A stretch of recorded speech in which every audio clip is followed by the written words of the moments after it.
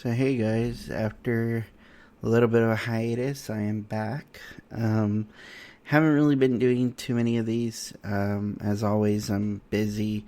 Been editing quite a bit. Currently working on a sort of TV show. Well, it is a TV show, but it's a streaming show that's going to be coming out soon. It's Michael S. Rodriguez's Strange Files. I think I mentioned that already. I'm not sure.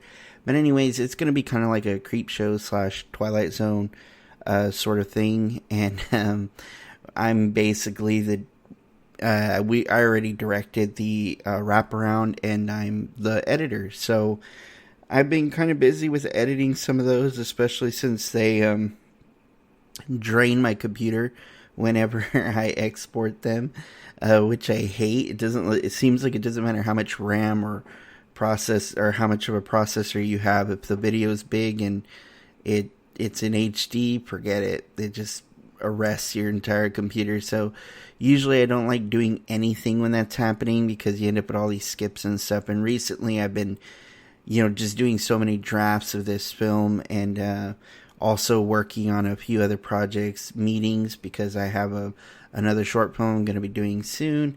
And I'm very, very excited about everything that's going on just in the world of film for myself. It doesn't mean I'm, made my big break or something, but or that I'm, making tons of money now, but it's just really, really cool to just finally be doing more stuff in the film industry. It seems like every year, every month or so, it's like things continuously evolve for myself.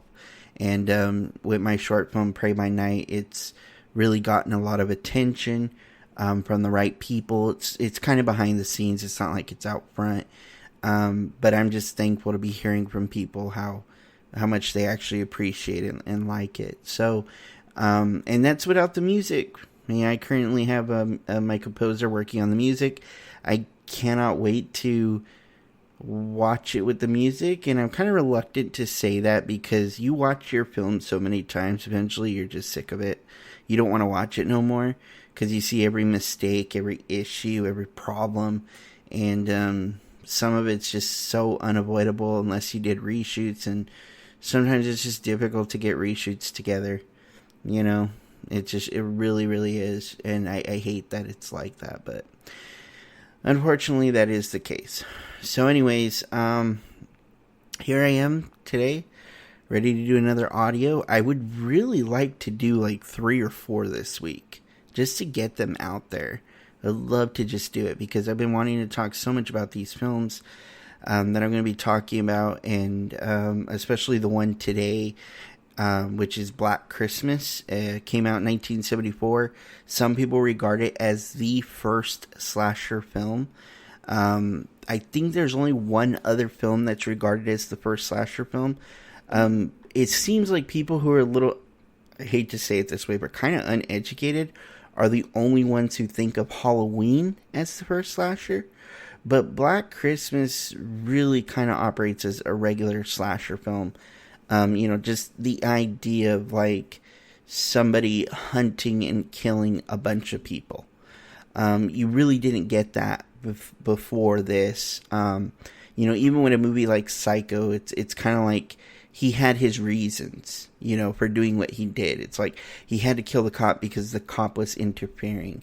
He had to, he killed the woman though, just because of his own feelings, his own thoughts, his own, what was going on with him psychologically.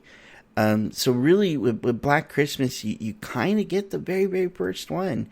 I don't know how many of you have seen it, the 1974 version. I'm not going to be very spoilery. I'm going to be about the way I always am. I will say this: if you've seen the new version and it's kept you from watching the older version, don't let it keep you from watching the older version. The new version sucks. It's terrible. I saw it in theaters, never watched it again. Terrible movie. But the original, well, I'm going to go ahead and get into it, but it's worth a watch. I'll say that right off the bat. This movie was directed by Bob Clark. It's actually, I think it's a Canadian film. I think it was actually made in Canada. I know the original title was a little different. It was, let me see if I can find it. It was right here, right in front of me. And now, Silent Night, Evil Night. That was the original title in the U.S. Actually, that was the original title.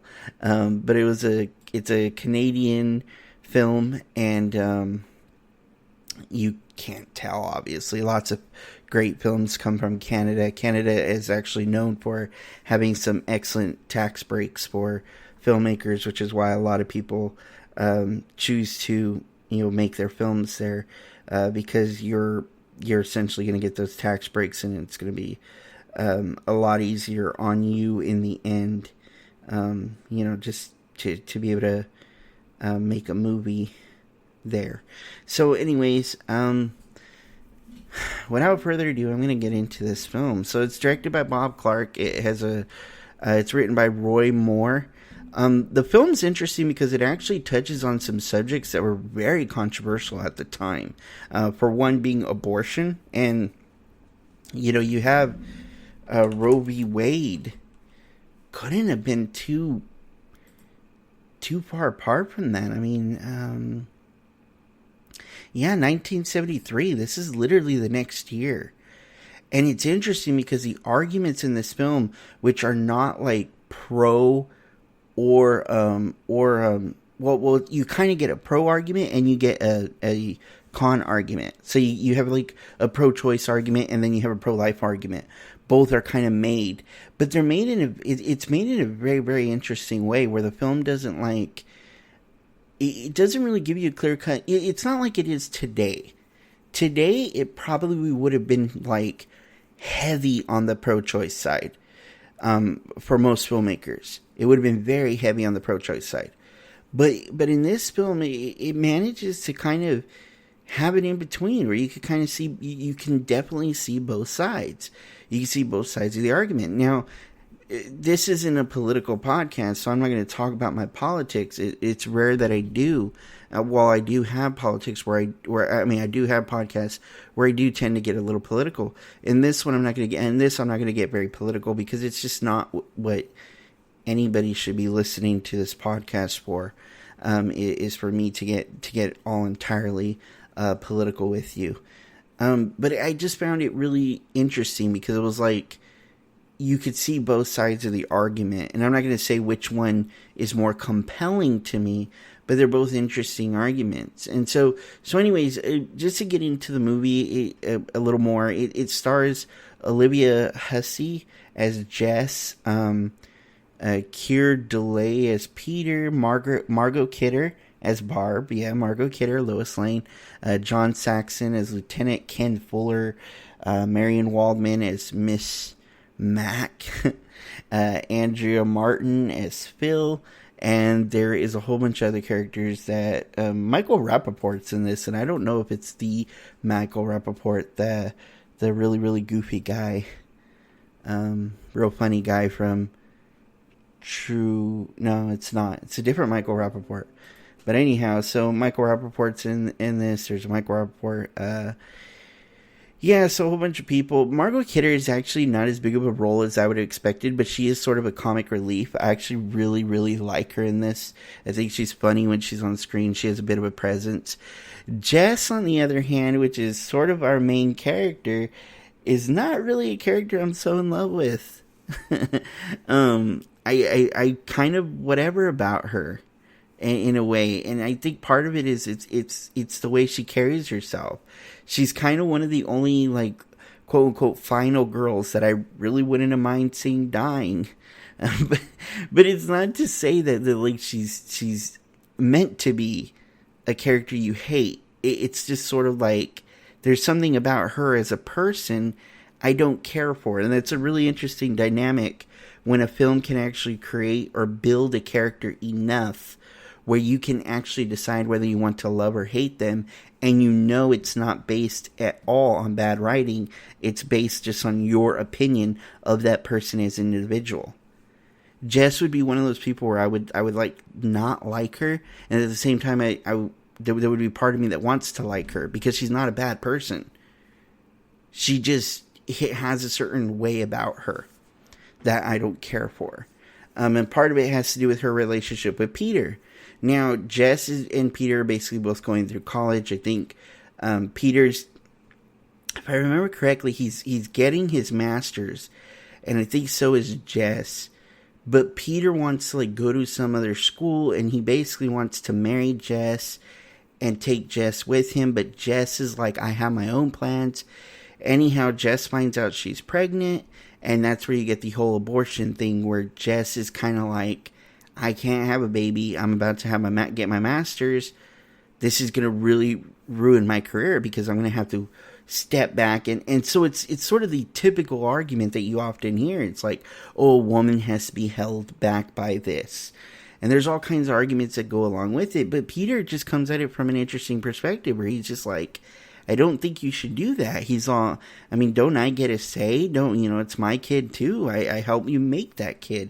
And she kind of takes the offensive of like, well, I'm the one that's going to carry this baby, and it's going to affect me more than it's going to affect you. And Peter's kind of like, well, let's just do the traditional thing. We'll get married. I'll take care of you. And it's like, but Jess is like, no, I kind of want to have my own career. And so you could see both sides of the argument, because Jess should have her own career. But Peter's not wrong either, because Peter's 100% correct. It's like, he does have a say. They made a kid. And the question is, are they going to stop and create a foundation for that kid? Or are they just going to move on in their lives and just decide, let's not treat it as a kid, and let's just sort of get rid of this responsibility? And there's really no cleaner way to say it. You could say, I know what pro-choice individuals would say. But unfortunately, there's really no other way of going about this except just saying it for what it is, which is you're avoiding a certain responsibility that comes to you, because you feel a responsibility in your life to do these other things. And Peter's kind of pins it, and he's like, there's some selfishness here in you saying that. But she's kind of like, yeah, but you got to see it from my perspective. Like, wasn't my intention to get pregnant, and now here I am. So you could kind of see where both people are coming from. And so you can see how they both have strong arguments. And like I said, I said I wouldn't side with a person or say who has the stronger argument, but I kind of feel like I have to, just to give my opinion on the film. I felt sorry for Peter. I felt really bad for Peter, because I didn't feel like Jess was like this woman who was sort of left alone. I felt bad for Peter. I felt like, man, Peter just wants to be a dad. Like, doesn't he deserve that right? You don't get, like to me, it was kind of like, you don't get some extra right just because it's in your body. I suppose a lot of women would argue that. And you could kind of see it, because it's not like the baby's hovering in some egg or something, No, it is hovering in an egg, but it's inside someone. So it's you could see how this thing brings up an interesting argument. It's an interesting point, because I think the film sets you up to feel sorry for Peter, but it sets you up to not to like Jess's attitude toward it. But it also manages to supply the logic from both sides, where you kind of walk away saying they're both right. They both have. They both are delivering an opinion. Now, I think the main thing that gets ignored in this argument, which interestingly enough gets ignored in the actual argument, is whether or not they're actually discussing a life. Because in those terms, you walk into the the fiery ring of, is that a life or isn't it a life? And what determines that? And really, nobody has a good argument. No one. You get people who say heartbeat, but usually the heart's beating before you even find out you're pregnant. Some people say consciousness. Good luck with that when philosophers are trying to deal out consciousness. I mean, I love talking consciousness. I love studying consciousness. I still can't tell you when consciousness begins. I don't know. It's really weird. I mean, if you look at it from a psychological perspective, it's like technically children don't gain their own independence until they're about 3. So really it goes outside the womb, and if consciousness is sort of, or independence or identity is sort of your line in the sand, well, guess what? Your line is technically at 3 years old. And no one would say, hey, you're allowed to kill a child when they're 1 or 2 or 3. No one would say that. So you see how it becomes very convoluted and dubious. And so the question often becomes, what do you fall back on?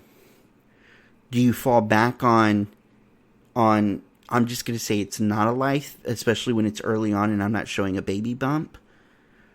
Or are you going to fall back on and say, I really have no idea, therefore I'd rather err on the side of not aborting it as opposed to aborting it? That's really your two choices. That's what it becomes. It's and logic withstands in that argument of erring on the side of caution can sometimes be the best choice. Whereas not erring on the side of caution, just saying there's not enough evidence, therefore I do this. I'm not going to say it's the worst argument, but it's not the best. It's less safe. Put it that way. It's less safe. So in that sense, Black Christmas really presents a nice little philosophical dilemma with a whole lot of controversy behind it. And there are areas people are going to be wanting to lean, and there's areas people aren't going to want to lean. There's people who will pump their fist for Peter, and there's people who will pump their fist for Jess. And the movie focuses more on Jess than it does Peter. And Peter kind of ends up becoming a bit of a what do you call it? A suspect. So the movie is basically, and I'm taking so long to get into this, but the movie is basically you're in this sorority house, and Margot Kidder's part of it, and you have Miss Mack who's leading it, and essentially early on they're getting these calls from a mysterious caller, and they have no idea who it is, and he's saying dirty things to the girls, like really dirty things, to whoever answers it. And Margot Kidder's actually pretty good at like messing with him. But he kind of says all these real nasty things, and they don't understand. And one of the girls, I wish I remember which girl it was. I don't think it's Phil. Gosh, I don't remember which one it is. But one of the girls early on essentially goes missing. She just kind of like disappears, and nobody knows where she went or what happened to her. We do as an audience. We see that she gets killed. And this sort of begins the mystery of what's going on. So she dies, and after she's killed, her body's like somewhere up in an attic or something. And we basically go a day or two where they're doing investigations. They're trying to figure out what happened to her. They go and question her boyfriend, and all this sort of stuff happens. And then you sort of end up with more people getting killed along the way, all inside of this sorority house. And even Margot Kidder's character, and so on and so forth. And you end up with Peter and Jess, and Peter's sort of being blamed for the for the killings because he has a bit of a motive. Jess won't have the baby, so he has a motive. He's angry. He's upset. But there comes like this really interesting moment that happens in the film. And I'm not going to say what it is, and it's sort of, you probably guess it because it's so cliche by now, but because this movie invented it. But there's basically this one really frightening moment in the movie where Jess does the complete opposite of what you want her to do. Jess is literally the first girl in any horror film, because this is the first slasher, to go up the stairs rather than out the front door. As as what's her name said. Oh gosh, what's her name? From Scream. Oh man, I am like totally forgetting her name, but it's gonna bug me if I don't look it up, so I'm gonna look it up. Some of you probably know Neve Campbell as Sydney Prescott. As she says it is insulting when the woman decides to run up the stairs as opposed to going out the front door. And that's essentially the situation in this film. You get Jess doing the worst thing possible, and of course she gets in trouble for it, and things go down. John Saxon is in this film. He plays Lieutenant Ken Fuller. If you don't know who John Saxon is, he is Nancy's dad in Nightmare on Elm Street, where he also plays, I believe, a lieutenant. So he's used to being a police officer, and he's kind of one of the ones that's like really after Peter. Like he thinks Peter's the guy, and it has an interesting dynamic. And the film has a really good ending, a really, really good and interesting ending. I'm not going to say what it is, but it's very mysterious and it's very different. And this film is just a far cry from the remake. It's such a better film. Like, it's so much better, I can't get over how much better it is. When I was done watching it, I wanted to do a podcast right away. Unfortunately, I watched it like while I was basically working, and I really couldn't do anything about it. And then time went by, and I wasn't able to review it. But so I should have probably watched it again just to refresh my mind on it. But I'm fine. I remembered it for the most part, and it's a great film. None of the kills in it are particularly violent. Or bloody per se, but it it definitely has like a really interesting story to it, and a dynamic that kind of keeps you interested and keeps you tied in it. And it doesn't all take place in the sorority house. There are moments they leave the sorority house, which really works, because if you stay in that sorority house, you're just going to feel so trapped. And I think in the new Black Christmas, the remake, they do stay in the sorority house the entire time. So, yeah, that kind of sucks. But this film actually manages to show you that there is actually a world out there, and a few days even pass. Like, you almost think it's like all on Christmas night, and it's not. It takes place over time. So this is definitely worth a watch. It's on Tubi right now. I would say please go out, check it out, especially if you're into horror. Black Christmas is just a great film. It's a really good film to watch. One of the best slasher horror films I've ever seen. It's up there with Suspiria and so many others that I've been watching all these older horror films, and I'm starting to realize that our newer stuff just doesn't compare. We just have a few things that compare, but Jaws is a 70s film. That's my favorite horror of all time. American Werewolf in London is probably my second, and that's like 80s, like early 80s, like 1980, 1981.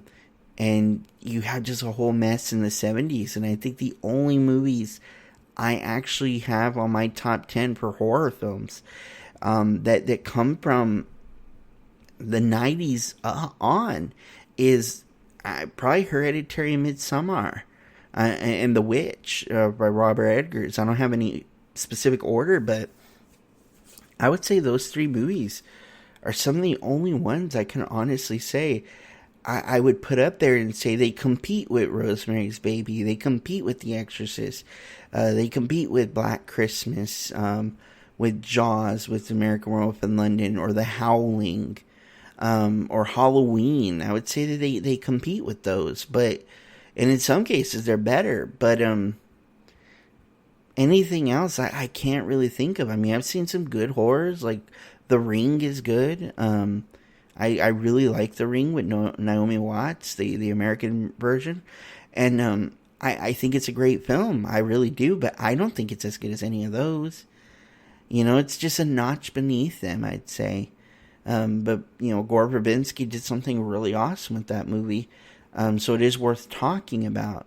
Cabin in the Woods was a great horror film, but it's also sort of this comedy. It's a comedy in a sense where you kind of never feel scared in Cabin in the Woods. So it's really hard because it's kind of like a satire film. Like it's hard to just throw it on that scale, but it is a good movie. It is a very well made film, and it does things really, really well.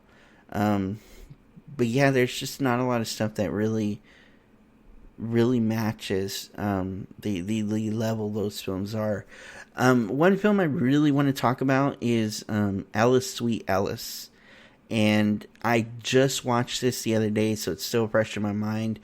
I'm probably going to do a podcast of that next, skipping The Exorcist, because I've seen The Exorcist, before, before the last time I watched it. So Alice Sweet Alice, though, was a delightful surprise. I'll just put it at that. So I really can't wait to talk about that film.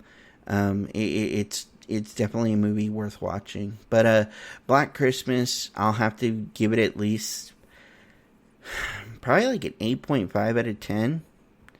I almost want to say a 9, but it's something about it. It's not quite there. It's not quite a 9. But it's definitely an 8.5. It's definitely up there. It's definitely worth the watch. It's a scarier film than most. It reminds me, I don't even think I've done a podcast of Rosemary's Baby, and I need to, because that's another fantastic horror film. So anyways, thanks for listening, guys. This went on very, very long, but the whole abortion thing really got a hold of me, as does any philosophical topic that shows up in these films.